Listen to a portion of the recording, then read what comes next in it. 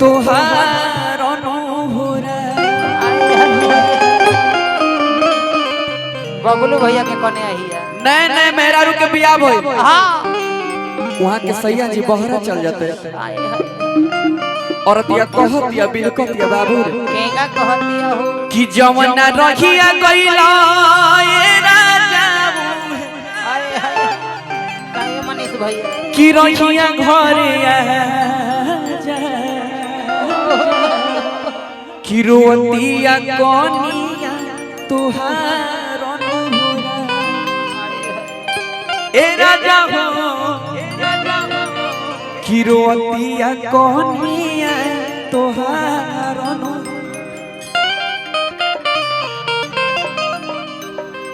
ए वाह उनको कहते दबाने के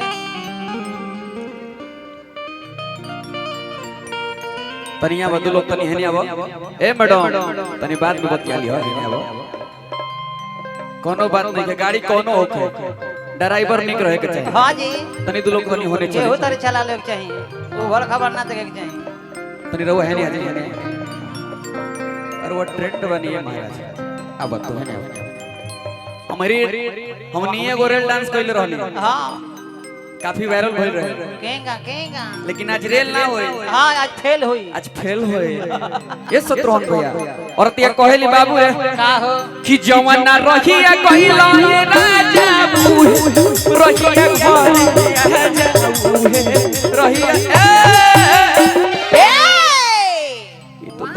ई तो तोहनी गीजी बीजी क दैत हो ई एके में सौ देली सो एके में तू लोग साउंड देत रहो तनी लगो हां जी तनी हेना धर आई आय हाय हाय वो कहती हमारा नाम धर हुनका दारू चले लगा शत्रुघ्न भैया देखा दे तनी बेसोल ले ले हां जवाना रहिया कइला ये राजा बूहे रहिया घरे आजा बूहे रहिया घरे आजा किरोतिया कोनिया तोहार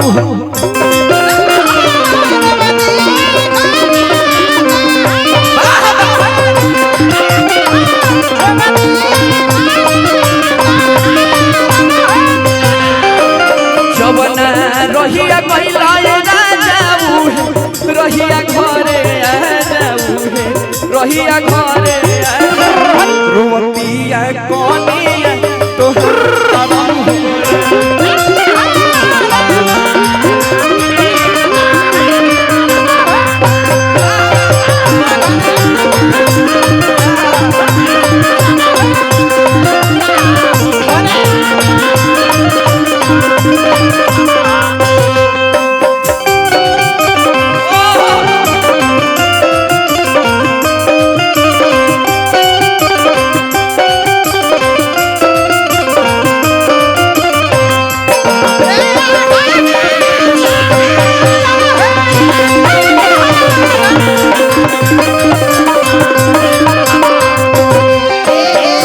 औरतिया कहतिया बाबू का हो कि कौन माटी लगाना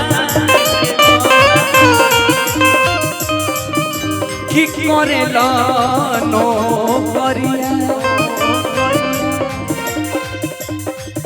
आगे लागो फर पहारू ओ करी नो करिया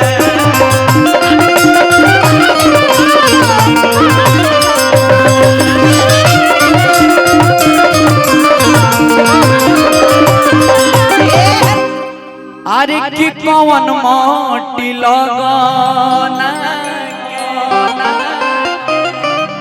कि करेला नो करिया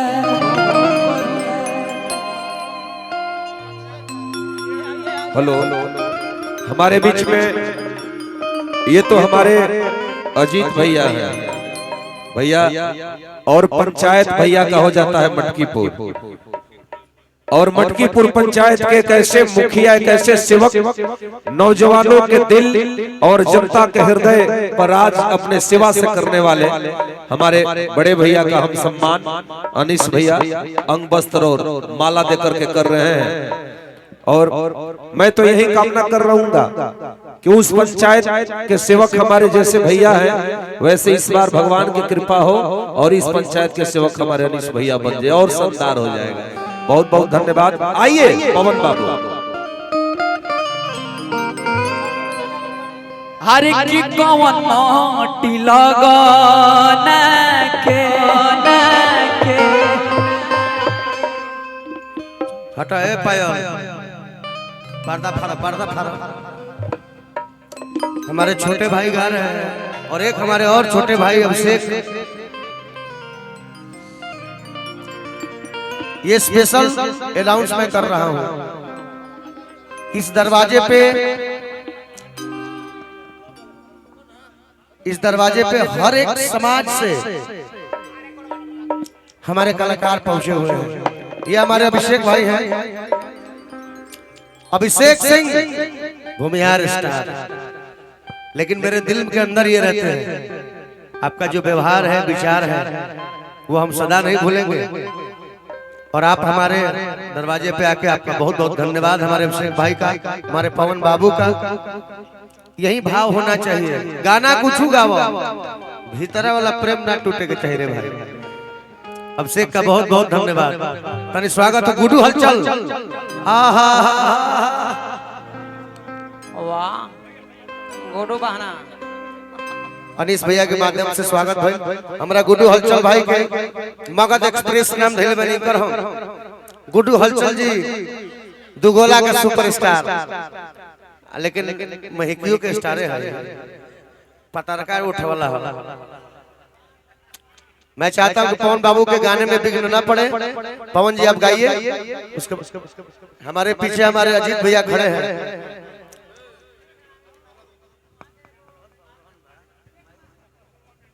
बहुत बहुत धन्यवाद अजीत भैया हैं।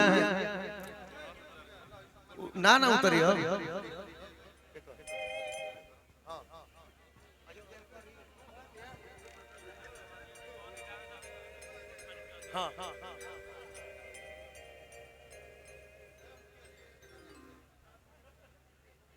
और हमारे गोलू सिंह जी की टीम का भी बहुत बहुत स्वागत अभिनंदन है। और पवन बाबू के गाने में विघ्न नहीं होना चाहिए। आइए पवन जी, पवन बाबू बेटा भाई हमारे आओ गाओ। आजा चलो सत्रों भैया।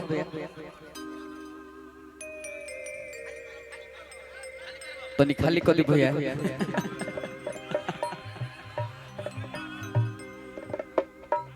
आई सरकार आ जाए, कृपा बरसा दो। हर की कौन माटी लगाना के अरे की करेला नौकरिया हमारे मित्र और हमारी साथी कलाकार अनुपमा यादव जी का आगमन हुआ है। आपका भी स्वागत है, अभिनंदन है। अति सुंदर भगवान बनौले रहो, जोड़ी सुघर रहे। राहुल यादव और सतीश यादव के छोटे छोटे कदमों से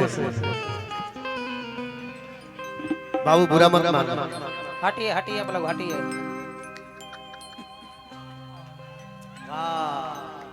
तनिक बार जोरदार ताली हो गई चाहिए ना। एक बार प्यार से सबको हाथ उठा के जोर से गाते से बजा के जोर से। ये भी इस परिवार की एक अंग है।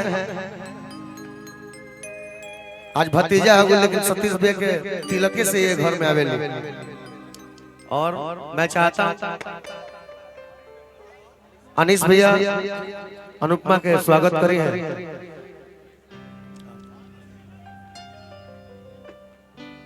पवन के गाना जमल रही घबराए के नहीं।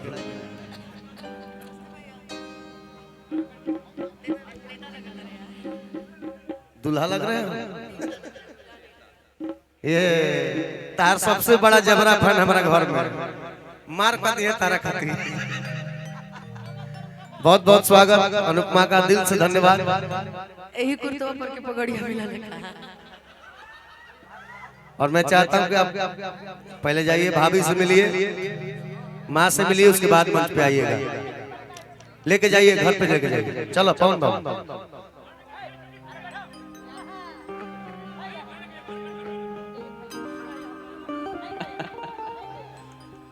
चलिए ठीक है। राजा भैया, बाग भैया, छोटू भैया, आजा।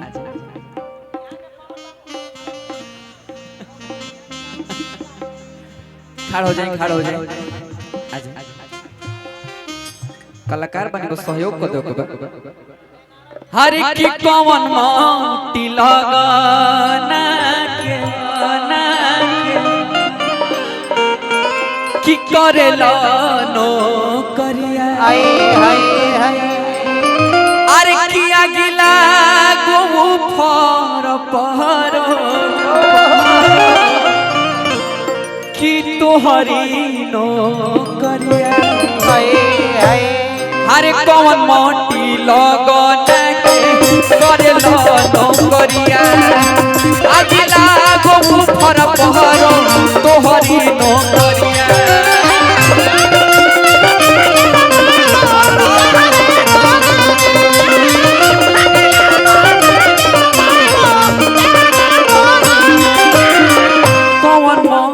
लगन के करेला नौकरिया अगिला गो फर पहरो तोहरी नौकरिया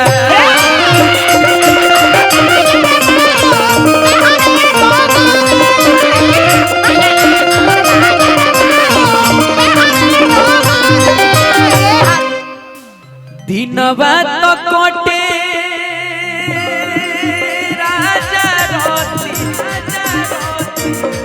या भया वह लगे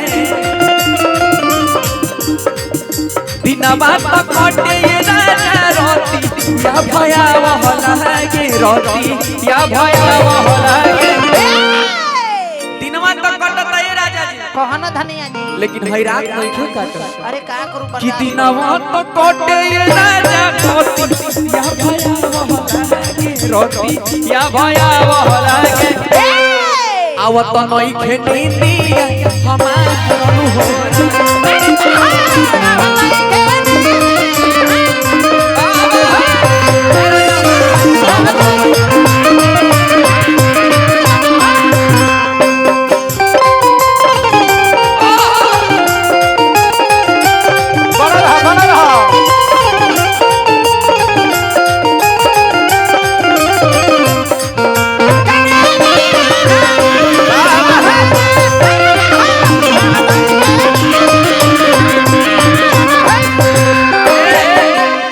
एक लाइन और ये गाल हो जाए सत्रौन भैया कि सैया कागे वो ठला